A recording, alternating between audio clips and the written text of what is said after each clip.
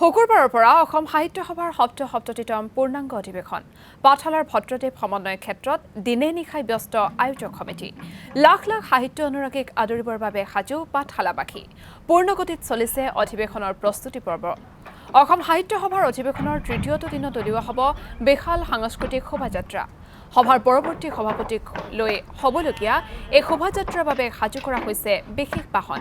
৫খনকৈ বিশেষ বাহন সাজু কৰা হৈছে এই শোভাযাত্ৰাৰ বাবে সমান্তৰালভাৱে অধিৱেশনৰ অন্যতম আকৰ্ষণ বিশাল আকাৰৰ জাপিও প্ৰায় সম্পূৰ্ণ হৈ উঠিছে যুদ্ধকালীন প্ৰস্তুতি চলিছে পাঠশালাৰ ভট্টদেৱ সমন্বয় ক্ষেত্ৰত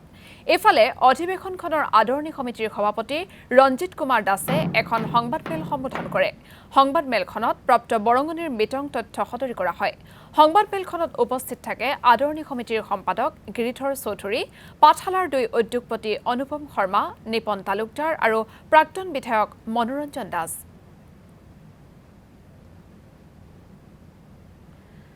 আৰু এই মুহূৰ্তত আমাক অধিৱেশনৰ প্ৰস্তুতি সন্দৰ্ভত সবিশেষ জনাব নকুল তালুকদাৰে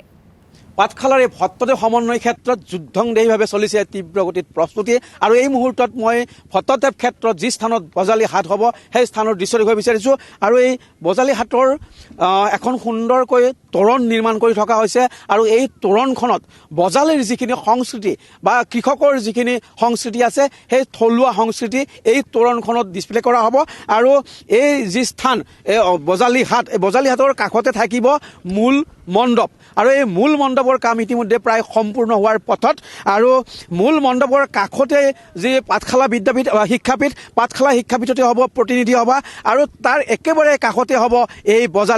বজালী হাটৰ দৃশ্য মই দেখুৱাব বিচাৰিছোঁ যিহেতু পোনপ্ৰথমবাৰৰ বাবে অসম সাহিত্য সভাৰ যি বাণিজ্য মেলা সেই বাণিজ্য মেলা ইয়াত নাকচ কৰা হৈছে বাণিজ্য মেলাৰ স্থানত ইয়াত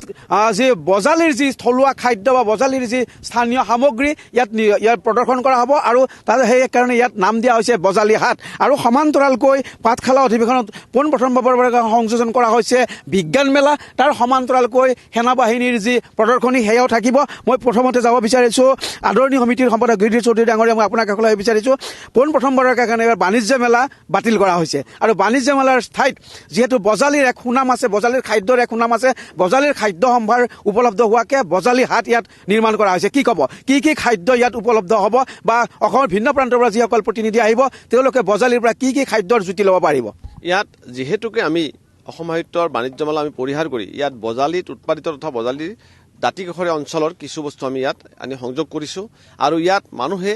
গোটেইখিনি যিখিনি বিচৰা মতে ৰুচিসন্মত আমাৰ বজালীৰ যি উৎপাদিত খাদ্য এইখিনি পাবই আৰু সেইকাৰণে আমি এইখন বজালীৰ খাদ্য সম্ভাৰ হিচাপে আমি নামাকৰণ কৰিছোঁ আৰু এই খাদ্য সম্ভাৰ ক্ষেত্ৰত আমাৰ যেনেকৈ বজালীৰ গাখীৰ আছে বজালীৰ ৰসগোল্লা বুলি আছে বা বজালীৰ আমাৰ দৈ আছে ঠিক তেনেকৈ বজালীৰ উৎপাদিত বিভিন্ন আমাৰ পাচলিকে ধৰি আটাইখিনি বস্তু ইয়াত পাব আৰু ইয়াত খাদ্যৰ লগতে ইয়াত যাতে অতি প্ৰয়োজনীয় যিখিনি আমাৰ বজালীত আমাৰ যিখিনি আমাৰ ক্ৰয় বিক্ৰয় আছে সেইখিনি বস্তু ইয়াত পাব কাৰণ ইয়াত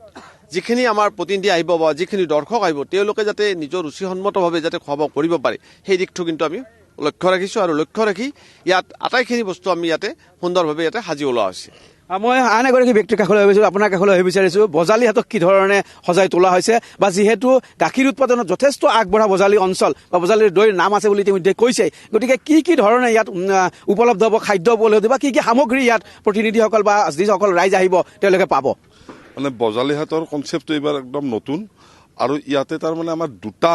মানে এই আছে যে এটা হ'ল খাদ্য সম্ভাৰ ক্ষেত্ৰ আৰু বজালী হাট হিচাপে আছে বজালী হাটত আপোনাৰ খাদ্য সম্ভাৰ ক্ষেত্ৰতো সকলো ধৰণৰ খাদ্যৰ মানে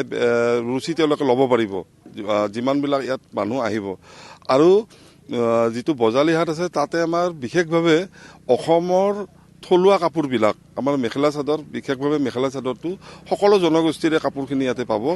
বজালীৰটো পাবই বজালীৰ কাৰণে বজালীৰ সকলো ধৰণৰ কাপোৰৰ লগতে বিভিন্ন উৎপাদিত সামগ্ৰী সকলো জাতি জনগোষ্ঠীয় সাজ পোছাক নকুল তালুকদাৰ আপোনাক এই মুহূৰ্তত ধন্যবাদ জ্ঞাপন কৰিছোঁ আপুনি